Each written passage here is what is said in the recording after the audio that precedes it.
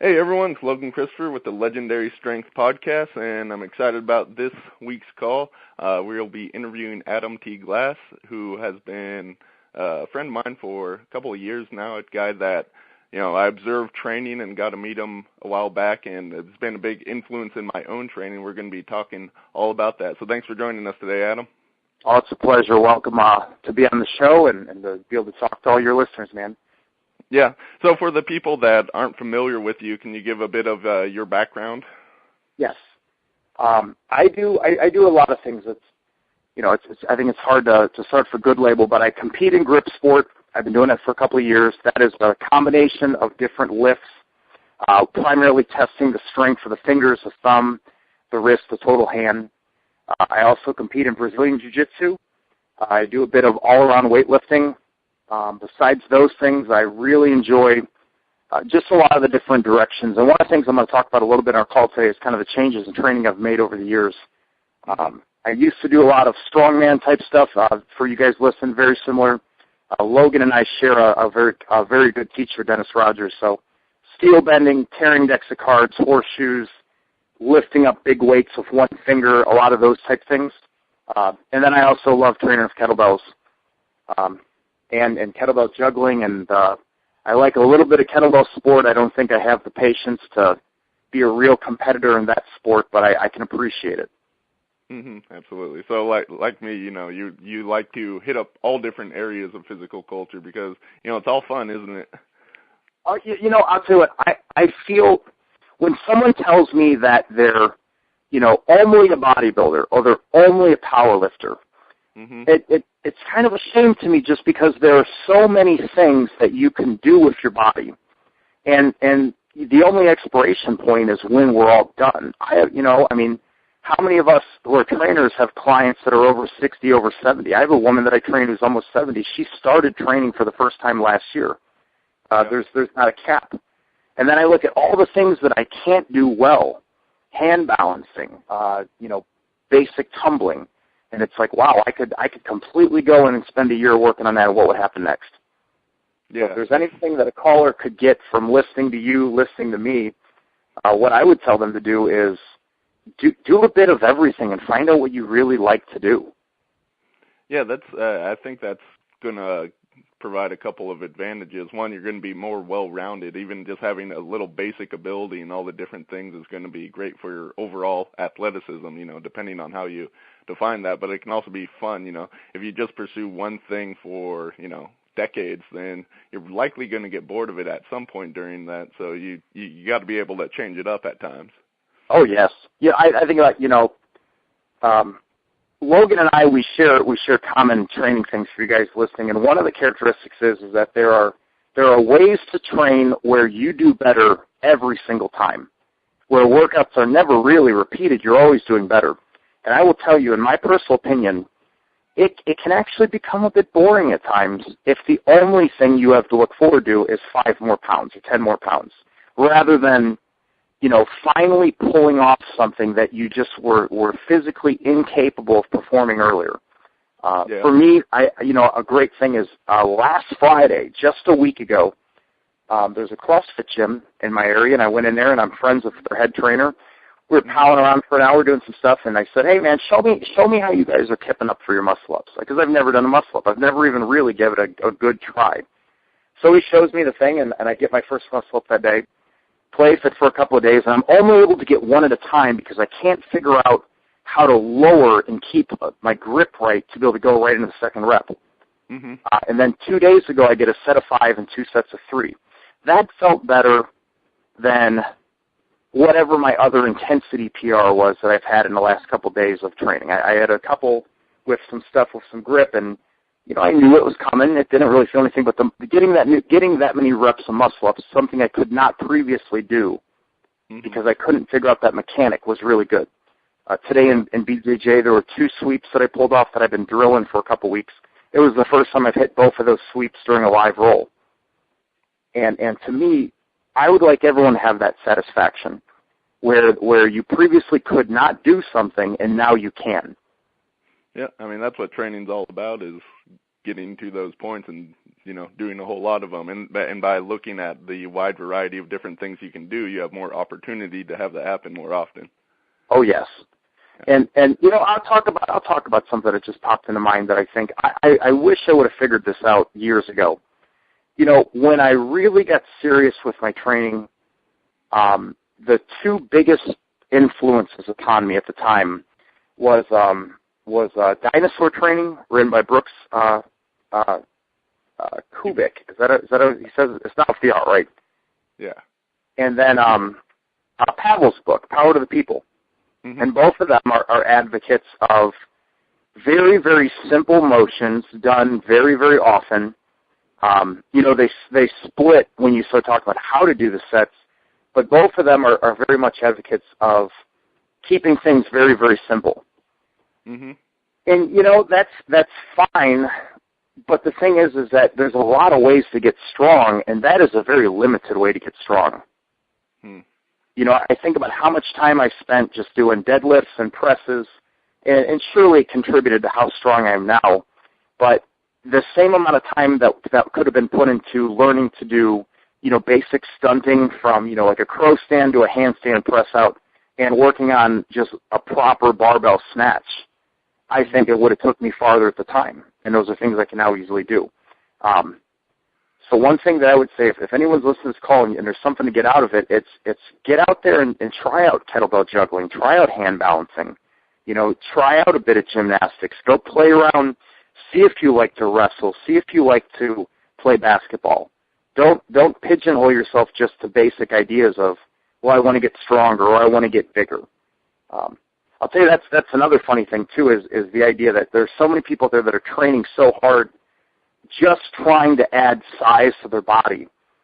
And what's funny is when I look at the guys that I know and that I'm friends with, Logan, what do you weigh right now? 192, 193? Yeah, somewhere about there. I'm actually putting on some size just for fun right now. I'm at 203. My normal weight's about 185, so yeah. 185, yep. Mm-hmm. I'm coming down. I'm at 203 right now, and then I think about some of the other guys that I routinely train with.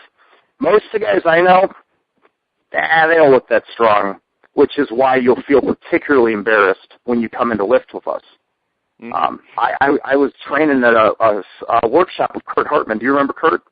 Yeah, I do. Kurt down at his gym in Eden Prairie, Minnesota, and we were doing a flexibility and a grip strength workshop, bit of a combo. We had a guy in there that was probably a 260, 270-pound bodybuilder. He's definitely used to being probably the biggest guy anywhere he's at. And I had my 150-pound kettlebell out. And I said, hey, man, you think you want to give that a go at a clean and press? He's like, oh, man. He's like, you can't press that. I said, okay, we'll try. And, I can now easily one-arm clean and press the 150. I can do the 175 if I bend a little bit. And that's the thing is, when you find out that you don't need to get that big to be really strong, it makes a lot of sense to me to just go through it. I'm just going to eat the way that I want to eat. I'm not going to have to stuff my face with 5,000 calories and eat 8 chicken breasts and whatever else the hell people do nowadays trying to gain size. I don't have to spend $300 a month on sports supplements because I've been down that road.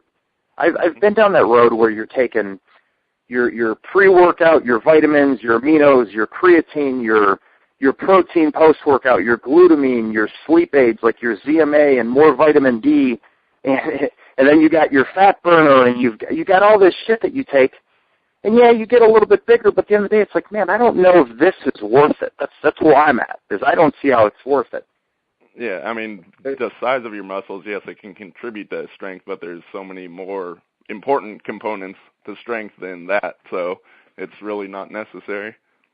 No, and for me, being up at jiu-jitsu over the last 8 months has really helped change my mind on, what is the direction of the most balanced kind of body. Because it's amazed me that, I have friends that I roll with, and when they go in the gym, you know what, I bet a lot of the guys, they probably would struggle to clean and press a 50-pound dumbbell. Nothing spectacular. And yet at the same time, when I came in my first 2 months, I was stupid strong, and I would get twisted into knots by these guys. Yeah. Because it's a game where because by not focusing on strength and focusing on leverage, they've done so much more. And that's in a lot of ways how I approach my training.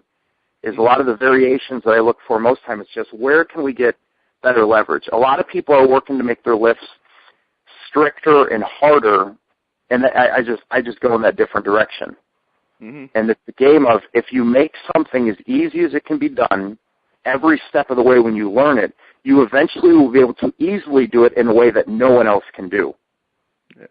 Well, let's talk about that a little more, because that's so in stark contrast to still what so many people are doing. You and I, we really don't train that hard. Sure, once in a while we go all out for something, but for the majority of time we're not training like to our limit. We're not going balls to the walls in our training, yet we consistently improve. In fact, we believe that allows you for even better progress, as well as limiting your chances of injuries.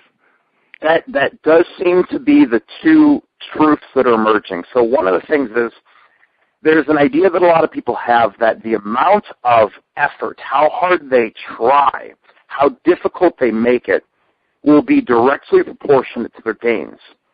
And the first thing, if you're listening to this, and that's something that you've been told before, you probably have been, one of the things I want you to think about for a minute is, I want you to look at posture. I want you to look at the way people stand and the way they sit and the way they move. And one of the things you quickly see is that many people are very limited right now by the current posture they have. And my question for you is, how hard did they try to get that posture? And understand, this is not some kind of, it's very, very hip over the last 10 years for people to talk about the nervous system of the body and how it regulates things. You need to understand, bad posture is not a nervous system thing. It is a tissue thing. Their body's tissue have become tight and rigid in given spots. But how hard did the office worker have to try to do that? Nobody sits down day one in the office and says, I'm going to try as hard as I can to just get this horrible posture that causes me nothing but grief. What it is they do something for so long that it happens. Mm-hmm. So that's the first thing. It seems that for any task, simply doing it in any capacity, even in small components, can take you much farther. When you do not train as hard, when you do not try as hard, you do not get as tired. Now the thing is a lot of people feel that getting tired is what gets them where they're going, but you need to understand, doing the motion is what gets you where you're going. So it's completely possible to not train particularly hard at all and to do very easy things and make continuous progress. So when I'm breaking down the next thing that I'm going to try to do, if any of you guys watch my blog or my Facebook page, you'll see that I've been on a kick with a lot of extremely challenging pull-up variations where hand strength is really what makes or breaks it. I have no doubt that probably 99% of the people that will hear this podcast can easily do a pull-up.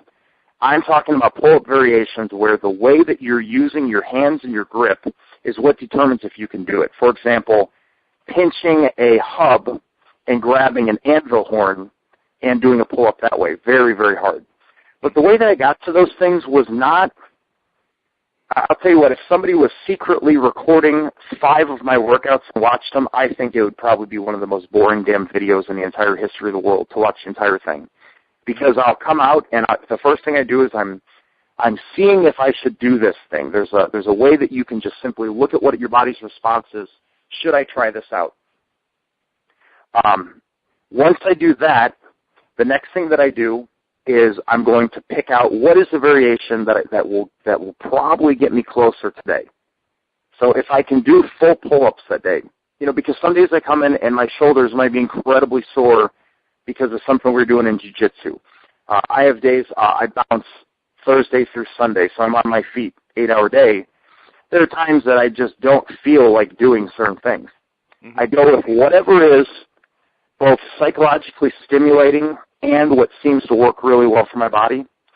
I will do a couple of reps, and then I will do something else. I train in a private location. I'm not at like a big box commercial gym, and I'll tell you, I am one of those dickheads who's continuously playing around with my phone, and I talk to the other people who are not doing anything. And I may go outside and, talk to one of my neighbors that's in the studio in for 5 or 6 minutes, and I'll come back in and do another one. It's a very, very slow-paced way to train. It's because the intention is not something like a Metcon where I'm trying to burn as many calories as fast as possible. what I'm trying to do is get every time that I do whatever it is that I'm doing that day so easy that it feels like it's my first shot on it. Mm-hmm. And in a lot of ways, most of the time, that is how I train. The other day, my workout was only 4 motions: barbell back squats, my buffalo bar, muscle-ups on the rings, dips with a kettlebell on my belt, and then picking up one of my anvils. Mm-hmm. It was like an hour-long workout. The first 20 minutes was just the squat sets. So throw on my belt, walk out the bar, between 5 and 15 reps, depending on the load, come it back in, throw on a little bit more weight.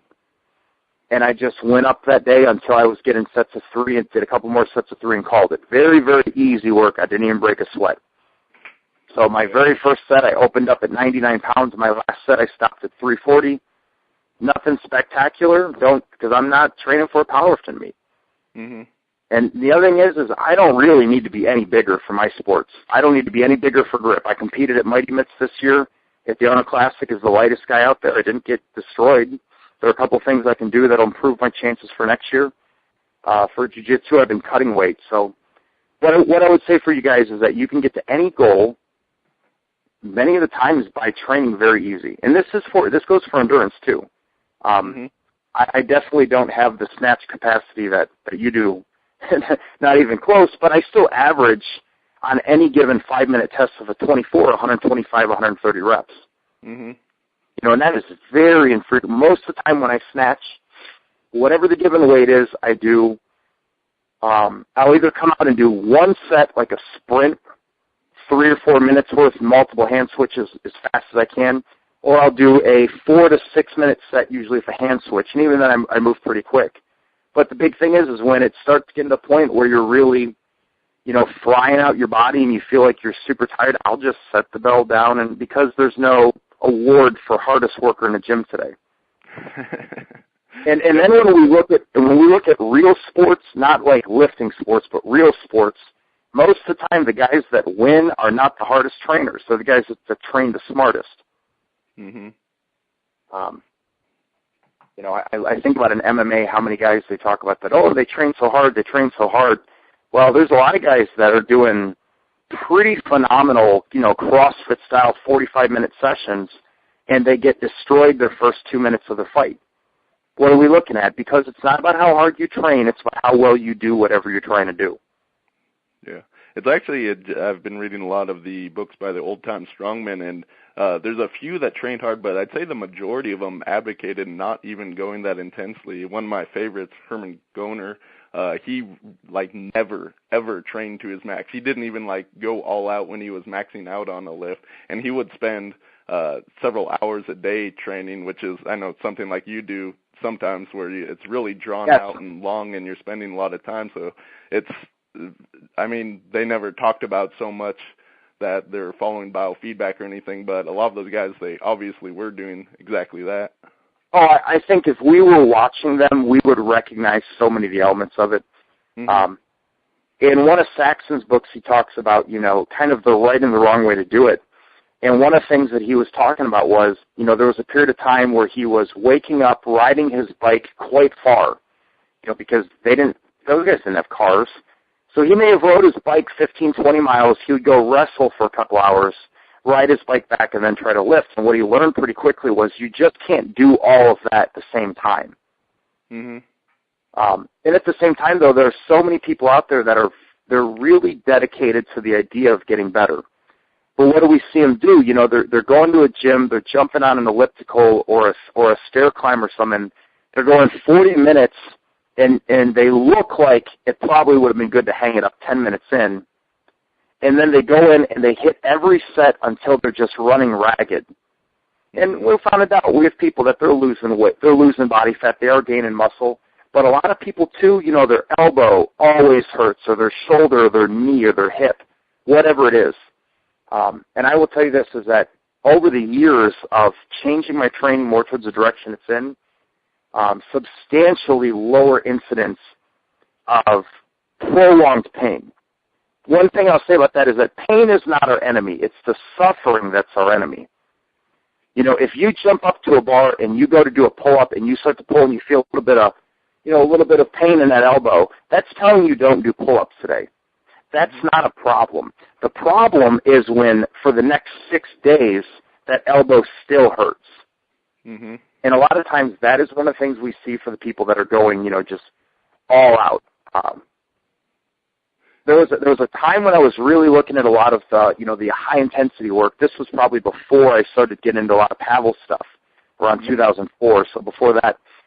And it was so interesting to me because every single book about high-intensity training promised you everything.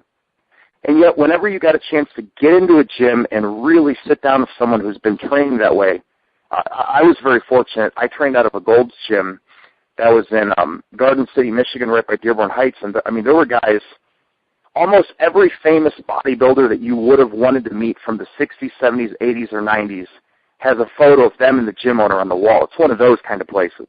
Mm-hmm. Just very, very, just the kind of gyms we're not seeing anymore, man. It was a great place to be.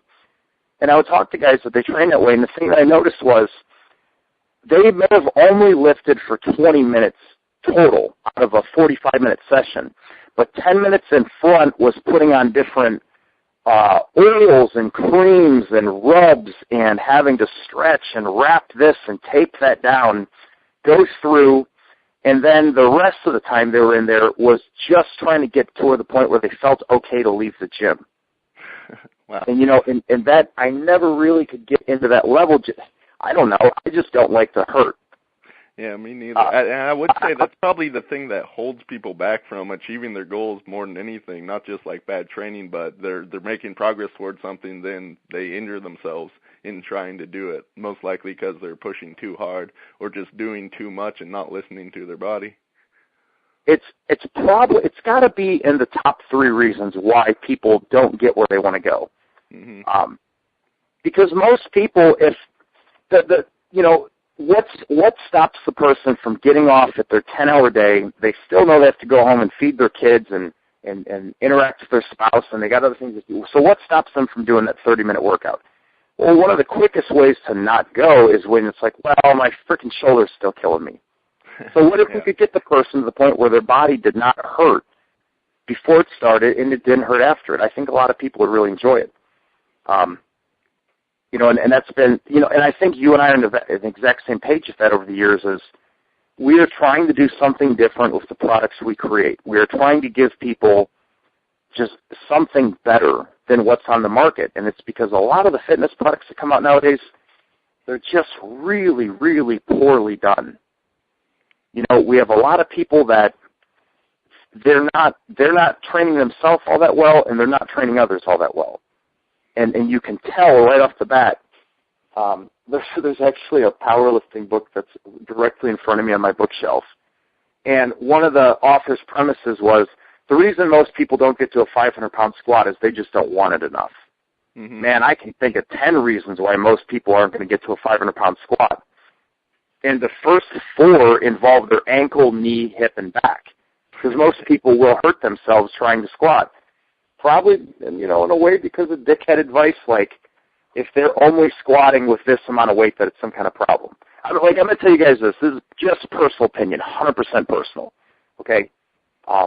After almost a decade in the military in a combat arms job where I've had to do everything from break up bar fights, arrest people, go on combat missions in Iraq, then becoming a bouncer, having to stop people from trying to beat other people's head in and kill them, I will tell you this. Nothing you do in the gym is what makes you tough. Like if your justification in your mind psychologically, you got this chip on your shoulder and you think you're a badass because of a weight you can lift, that's not it.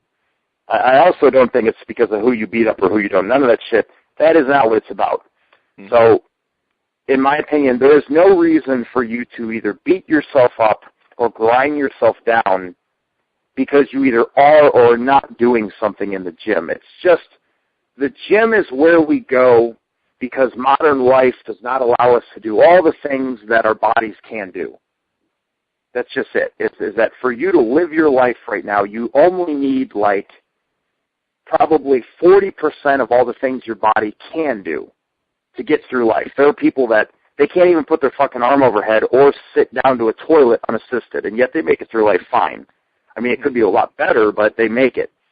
So the gym is where we go because there's a million things we can do, and modern life doesn't require anywhere near that. Mm-hmm. And I think some people would be a lot happier if they're training if they would just get away from all the stuff that other people are trying to put in their head that's forcing them in a particular direction, and just ask themselves, what do they want to do? I think, the number one thing that's slowing people down is you take someone and you have someone else inserting all these ideas that is really counter the direction they're going in. Like, I'll tell you now, if you're someone listening to this call, let's say you're 5'11", you're 145 pounds. Powerlifting probably is not going to be your best suit, and there's nothing wrong with that. You may find that you love to do endurance-type stuff, or you love to rock climb, or kettlebells. I don't know. I mean, you'll figure it out. Maybe it's dance. Maybe it's none of those. Maybe it's golfing. Whatever it is that you pick is great because it's your body, and you're the one who's got to put up with the choices. So, do what's best for you. If you follow Logan, and you probably do listen to this, you look at his training, Logan, you're not out doing anything other than whatever you want to do at that time. You move through your phases of doing different things, and it's this upward expanding spiral the whole time. That's a good way to describe it. That is a Frankie Ferris quote right there, that terminology of, it's a game of not staying on track. It's a game of really just following the trail wherever it goes and just yielding to whatever has to happen next. Every time I get away from that idea, I find myself thrown right back onto the idea that, look, you can't just go in just this one direction for too long. Mm-hmm. I did, when was it? So going into 2012, I had a period of time where I was probably back squatting high volume every other day almost. I think in 1 month I got in 16 squat workouts. Of the 16, at least 8 of them were over 100 reps total volume. Mm-hmm. And out of the 16, all of the training days were at least over around the 240 to 260 marks, the heaviest days being in the 400. Mm-hmm. And I was putting on all this size and all these different things, but one of the things I started noticing right off the bat was there was 2 motions that I almost never do that I couldn't do anymore. And for some reason, 2 damn things that I never do but I couldn't do anymore bothered the shit out of me. One of them was I could not get into a pistol anymore unless I increased the counterbalance a lot, and it's because I was losing ankle flexibility with all the repetition heavy squatting.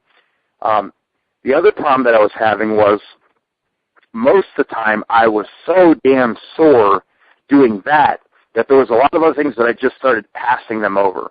And then one day when I go to check it out, looking at some of my athletic patterns, some of the crisscross footwork was super hard because of how tight my hips were getting. Mm-hmm. Now, there could definitely be an argument made on how I'm a wuss and blah, blah, blah, because I didn't stay the course and I didn't squat whatever amount of weight somebody thinks I need to squat to be whatever in their mind. But the reality is, well, what would be different then? I mean, what would really be different when I take my max from 500 to 600? What will be different when I get up to a 650-pound deadlift and then a 7? Not that much. Not that much or a lot. And that's the problem, is the one thing you might do is you might lose so much that later on, I haven't met an old lifter, someone who's been doing it for 30, 40 years. The best person I know that I love to talk to about strength training is a guy like Chris Rice in his 60s. He's been training for both your lifetime stacked onto my lifetime. A guy like David Horn, in his 50s. And every time I talk to those guys, I've never one time heard them say that I wish I would have gotten 10 more pounds in this lift or that lift. Yeah. And both of those are not 2 guys you're going to hear that have a lot of regrets with it. But a lot of times you will hear them say, I'm glad that I had switched over and went to this one thing. Mm-hmm. I'm glad that I had quit only doing strongman to go into rock climbing, or I'm glad that I quit doing only this to do that. And that's been a very common thing that's been really helpful for me, is hearing out that most of the happiest athletes I know are the ones that have simply followed whatever seems to be the next thing they're sliding into. And they're not worried about how good or how bad they are. They're just going with what motion, what direction they feel they're being pulled in. Yeah, and that's exactly what I do. When I worked up to, I had a goal of 500 pound deadlift. I hit that, then I was like, I don't want to deadlift anymore. So no, it completely loses interest. Well, yeah, I mean, it's not just the physical thing, like maybe the body needs to do something different, but it's largely a mental thing. You just got to go for something different. And I've been doing tons of, I'd say like the majority of my training for the past year or so was all body weight. Then after a while, I was like, you know what, I want to get back to lifting some heavy-ass weights, and that's exactly what I did. And now I'm pursuing further. I want to get up to a 600-pound deadlift and a few other goals and working toward that. And I'm having a whole bunch more fun than I was really at the end of when I was working the body weight, because I was just sort of losing interest on there, even though I still have goals and things I want to pursue. When I get done with what I'm accomplishing with the weights, I'll move back to that, and I'll have a lot more fun, and I'll end up making better progress because of it. Oh, absolutely. You know, what comes to mind as you say that, too, is out of all my coaching clients that I've ever had, I could break them down into a couple categories, but there's a particular category that is always the one that I know is going to be the most work on my part, not in the physical training aspect, but in the psychology. And it's where I'm contacted by someone. A lot of times it'll be a gentleman who's usually past his 40s. Mm-hmm. And they have these ideas that whatever they've done before wasn't good enough. And that's why they're hiring me. Mm-hmm. And every time the reality is this, is that training with me is definitely better than not training with me. That's a fact. But what's not going to happen is I'm not going to allow you to sit there and bitch and complain that you can only lift this or that. We're going to get out there. We're going to do other things. And that's because I don't have client assessment the way that other people may be familiar with. Meaning if you're my client, I don't have these minimals that we have to hit. I don't care if I have a client that can't pick up 300 pounds off the floor and never does if they don't want to. Mm-hmm. Because I don't have a belief system in my mind that if you're a man, you should be able to do this, this, or this. And for those of you that do, here's what I want you to keep in mind. The shit you say that how other people are inferior because they can't do that, what would Logan and I say about you if we had those belief systems? Because, man, where could I go? I could say, well, picking up an inch dumbbell is so easy for me. If you can't lift the inch, you ain't shit. That's a pretty defeating belief system. That's not really going to get me or anyone else anywhere. You know, I see it the most right now on Facebook that comes in. You know, I got such a diverse group of people that I interact with, and one of the crowds that just, you know, I like them and I don't like them at the same time, and it's this thing that kind of comes in from the powerlifting idea. You know, I'm so weak because I can't pull this number or that number.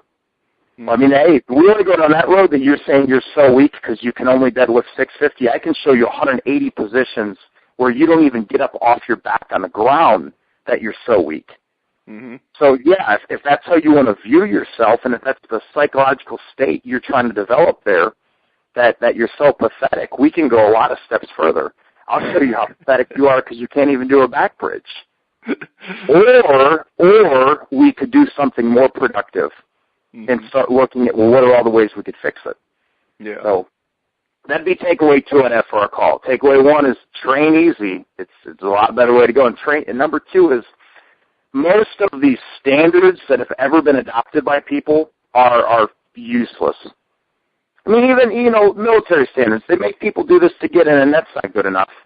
I have friends that they're getting ready to start CrossFit, and the CrossFit coach put them on a CrossFit prep thing, and yet every workout they do, because they're doing what that coach tells them to do, every workout they do, they feel so annihilated that it's like day one. Every day they feel like it's day one. Mm-hmm. And it's like, well, you know, if you always feel crushed, then whatever you thought was your standard or your prep sucks. It just sucks. That's why I don't have a measuring system or a minimal standard for people. You just let them go wherever they're at, and we see if we can improve. But I will tell you this. If you've been exercising for several years, and at the end of a given workout you still feel like you're completely out of shape, maybe because you pushed yourself as far as you can, I don't know if that's the smartest way to go.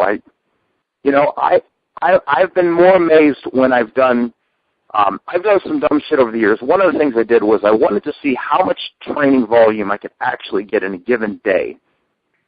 And then, of course, we tracked up over a month. So I've had a month that I've done something like 1.1 or 1.2 million pounds worth of work. And that's not like garbage reps where I get on a leg press and like toe press 1,000 pounds for sets of 50. I mean real movements, moving my body around. Mm-hmm. And I had a workout that I did 125,000 pounds of volume. You know, that's a lot of weight moved. And at the end of the workout, I didn't really feel that bad. Mm-hmm. I wasn't really that tired. I'd been up there for like 3 hours. I was ready to eat. But it wasn't a crush thing. And I like when I do knock out a kettlebell snatch test and I get to, 125, 130, and I'm not laying on the floor like I'm ready to die. And an argument could always be made that, well, you could have got 140 if you would have tried harder. True, but you can always play that card. It's always easy to play the card of if you would have used more effort, you'd get there, because it's a very hard position to default. To shoot down right off the bat. You say that, and then it's like, okay, well, I guess. It's not really a productive belief system, in my opinion. The other idea is how much better could you do when you could learn to make that easier? That's the direction I try to go in. Yeah.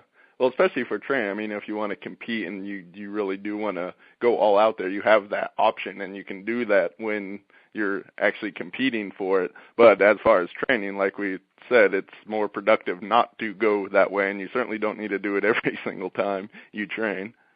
Oh, not at all. Out of grip sport, my favorite competition, my favorite single lift is two-hand pinch. Mm-hmm. And in that instance, you can't tell how much I'm pinching if you can only watch me pinch. Because my heaviest pinch I've ever done, at 260, it looked exactly like a 60-pound pinch. But in a medleys is where I felt that it was always my favorite test. And my goal, it didn't matter how many points I scored, it was how it looked as I went through. I've been to contests where guys were drenched in sweat, out of breath after a 4-minute medley trying to tackle items. And everything they hit, even the ones they got, man, it looked hard. And anybody listening to this, you can pull up on YouTube, go to my channel, and you can see medley after medley. I've got probably 25 contests worth of medleys there. And most of the time, I either get it or I don't. And you can't really tell. And on the ones that I don't get it, most of the time it probably looks like I just don't give a shit. And in a lot of ways, I kind of don't. Because I'm not going to get instantly strong. Like, if I can't do this right at this moment, it's unlikely I'm going to instantly get stronger by trying. In fact, one of the things we know is that the more you try, the more you're burning yourself out. So either hit it or don't. And when I first started training that way, that was not easy to do. At this point now, though, everything feels fluid when I'm going through it for the well-rehearsed things, and that's a state that I want to get every person to. It's not about being able to do this or that. It's that whatever you like to do, fluid and smooth. Mm-hmm. Looking like the master, not like the novice. Right. Well, we've gone about 40 minutes. We got so much more we could talk about. I'd love to have you on another time, and we can go into some more detail, maybe on grip stuff, what you do, and all that. I mean, there's so much else we can talk about. Mm-hmm. When you guys listen to this, here's what I want you guys to do. If you guys have questions, send it over to Logan, and we can set up another day, and we can, because you and I could go all day on all kinds of things, and we could do a talk on grip. We can do a talk on whatever you want to do. Yeah, absolutely. Well, before we go, I wanted to let people know about the new Gym Movement 2.0 program. Can you talk a bit about that? Yes. It goes back to an idea that I talked about earlier in the call, and it's that, a lot of us, we have a very similar vision, and it's just working in a different direction from what's already out. I know that there are a lot of you out there that have probably bought a program before, and somebody was telling you that you're going to do this motion, you're going to squat, you're going to squat with this much weight for this many reps and this many sets, and then you're going to come back in a few days and do this.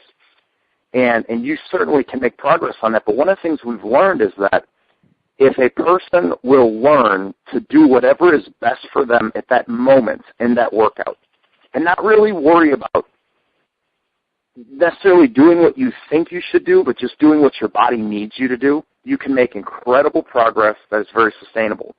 Now, we've put out products on this in the past, and we want to do something different this time. So the way we did it is the best description I would call it would be, it is a training documentary as if we're talking to you the whole time. So we shot it a lot casually. There were times that it was a conversation of Frankie and I that I said, shit, we should just record this. If we're going to talk about this, let's just record it. He was up in Minnesota for a week. We got a lot of shooting done there. And then when we were going through the footage, it's like, okay, well, we're going to put some follow-on blocks for these parts. And what it comes out to is it's very much like it's very much like a one-on-one training experience. So we're taking you through all of the principles of the gym movement protocol, and then what we're doing is we're providing many, many examples one after another. Because I find that that's the most common thing, is that a lot of people take the information, but the only filter they have is what they already know. Mm-hmm. So what we figured is, well, how about we just give you 50 examples of something in 3 minutes? Looking at, for example, exercise modification. Some people just don't consider how many ways you could modify any exercise to get better results. So what we do is we have sections where we're just firing off. Look, I could change this, I could change this. Do you see how this is different? These are different factors we can use to change it. And there are times that for some people, the biggest thing they need is something they have never done before in the gym.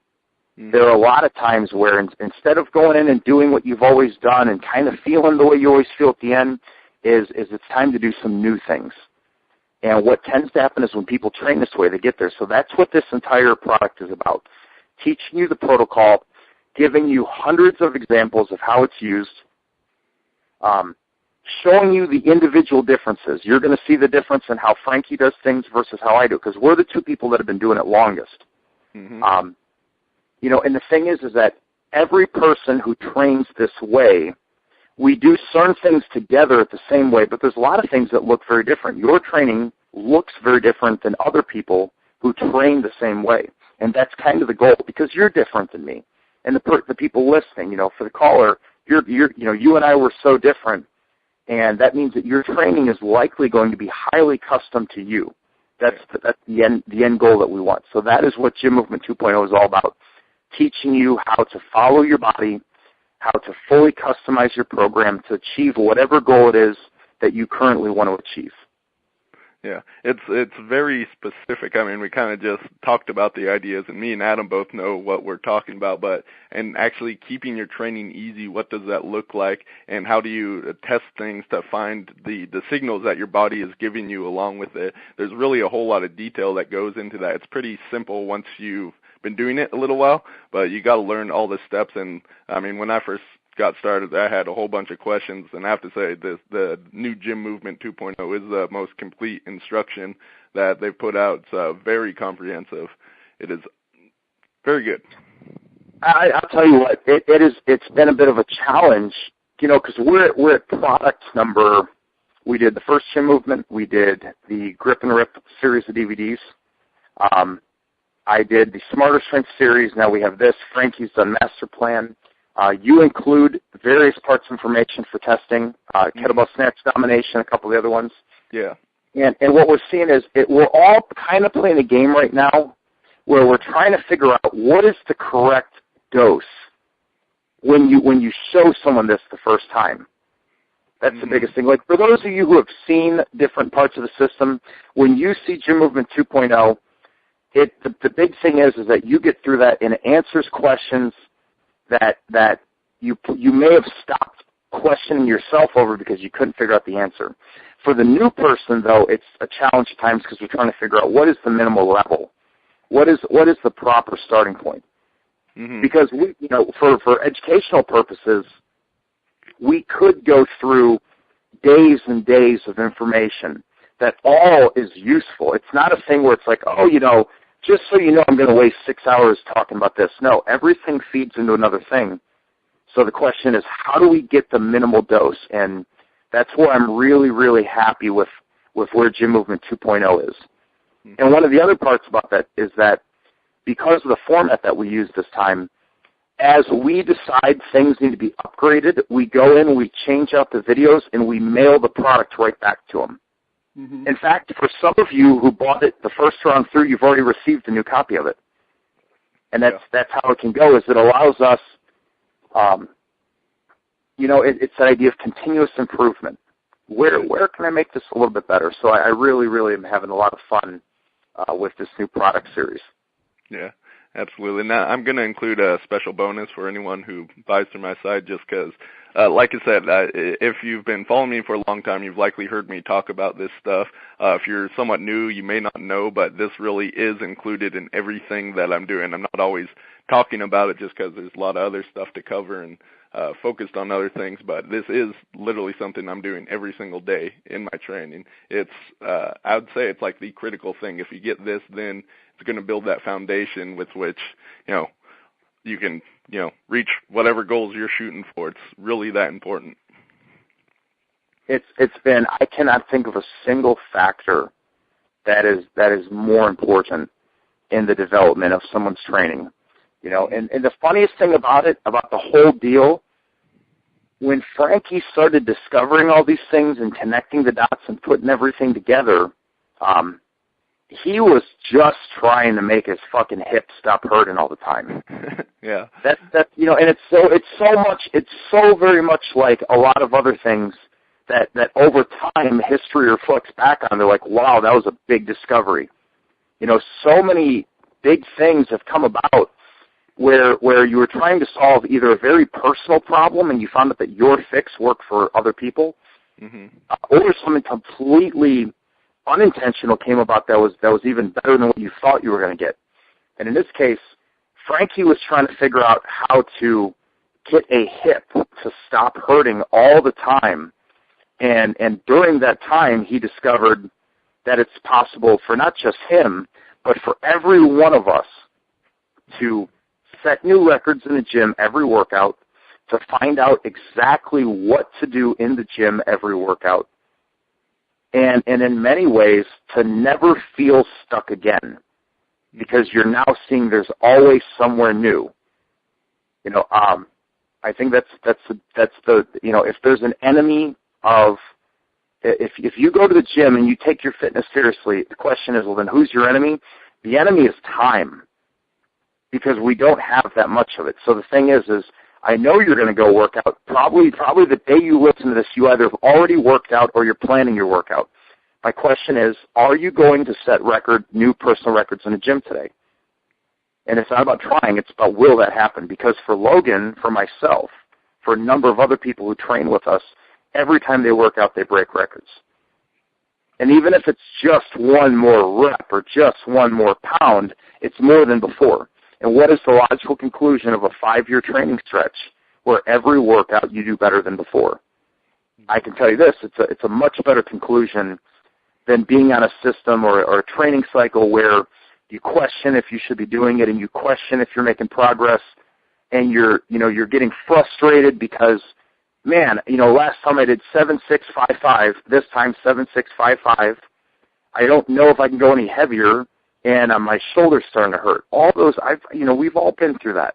And what we found is that there's somewhere else you can go that's much better. Mm-hmm. Absolutely. Well, thank you very much, Adam. Like I said, we will definitely be doing this again. Thanks, everyone, for listening. If you have any questions on the material, be sure to shoot me an email, and also any questions for Adam, which you can cover next time. Thank you very much, Adam. Oh, thank you. Thank you, guys. Have a great day.